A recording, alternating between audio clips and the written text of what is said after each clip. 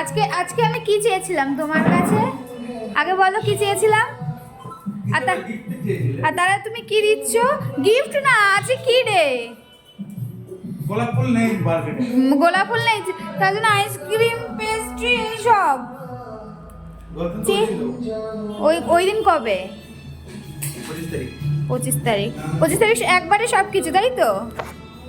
আজকে হচ্ছে rose day, আমি বলেছিলাম শখ করে একটা রোজ দেওয়ার জন্য। ওই ভ্যালেন্টাইন্স ডে আমি পালন করি না জানো?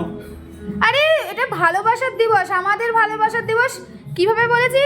5 বছর হচ্ছে আমাদের দেখাতে, ভালোবাসাতে, একসাথে চলাতে, তার জন্য। আচ্ছা, আমার বাবা তার জন্য গোলাপ দেয়নি।